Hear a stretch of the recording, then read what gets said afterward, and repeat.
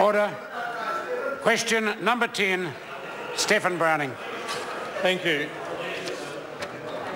To the Minister for Food Safety, will she assure consumers that irradiated food labelling requirements will be enforced immediately, in light of reports that irradiated fruit is being sold in New Zealand without the appropriate label? Mr. Speaker. Honourable Joe Goodhue. Mr. Speaker, I can assure New Zealanders that requirements for irradiated food are enforced, to be labelled are enforced. The Ministry for Primary Industries takes any reports of unlabelled fruit and vegetables seriously and acts on any complaints received, investigates and where necessary will undertake enforcement action.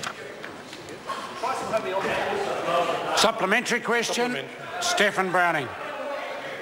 Considering that some irradiated fruit labelling is so small in 4-point font that many customers can't read or see it, will she assure New Zealanders that she will enforce more visible labelling for irradiated products immediately?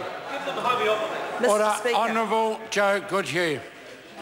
Mr. Speaker, I can assure the member that today I have raised the size of the font of the labelling with officials because I heard through the media yesterday that it was a problem.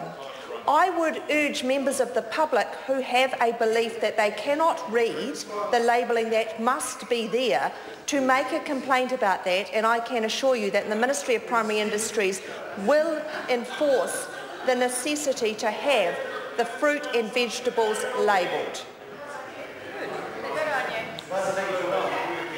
Supplementary question, Steffan Browning. Thank you.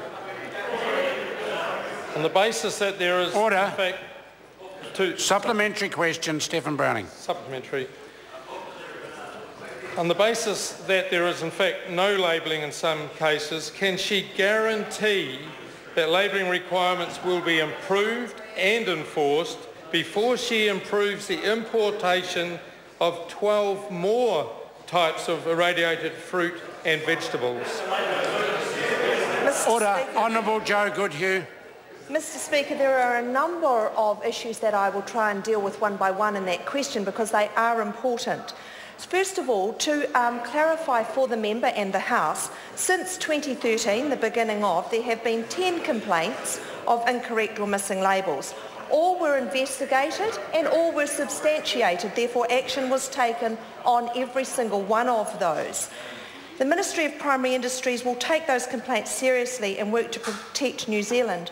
In reference to the other products that the member has raised that are currently on proposals, these have not been gazetted yet. There is no import health standard for those new products. But, and I take issue with the member on this, the labelling requirements are already significant and clear, and MPI will enforce those labelling requirements. They do not need to be changed. Supplementary. Supplementary question, Steffan Browning. To the Minister, given that New Zealanders really want to know what's in their food, when will she monitor and enforce labelling for GE in food ingredients in products that are currently on our supermarket shelves?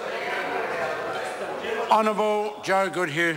Mr. Speaker, what I can assure the member is that any current regulatory or legislative requirements for labelling will continue to be enforced by the Ministry of Primary Industries.